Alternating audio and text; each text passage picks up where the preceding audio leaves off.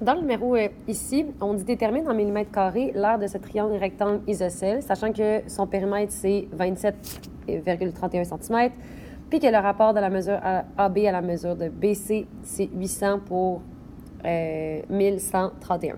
Je n'expliquerai pas en détail qu'est-ce que ça veut dire le rapport 800 pour 1131. Je l'ai fait pour le numéro 2 dans la séquence.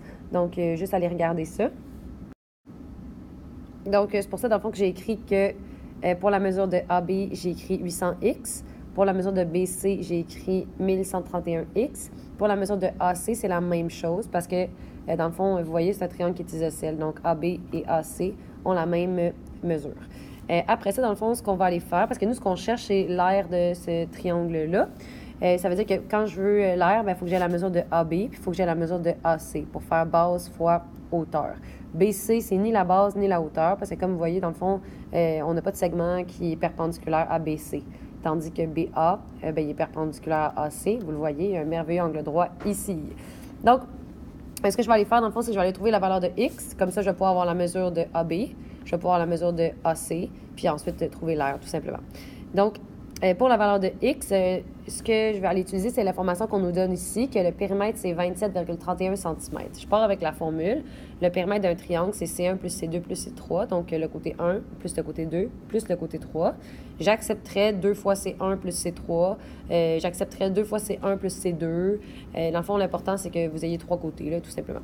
Mais j'avoue qu'il y en a 2 qui ont la même mesure. J'aurais pu les mettre ensemble. Après ça, le périmètre, c'est 27,31. J'ai remplacé le côté 1 par l'expression algébrique et ainsi de suite pour les autres. Je mets les termes semblables ensemble et ça me donne la ligne qui est ici, la troisième.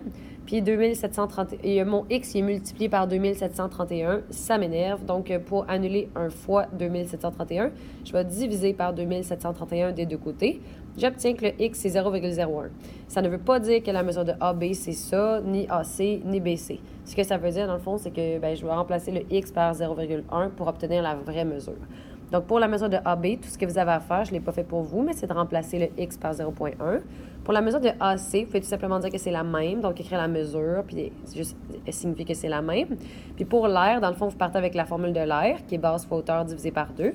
La base, dans le fond, ça peut soit être AC, soit être AB, ça ne change absolument rien. Puis après ça, l'autre, ça va être la hauteur, tout simplement. Donc voilà.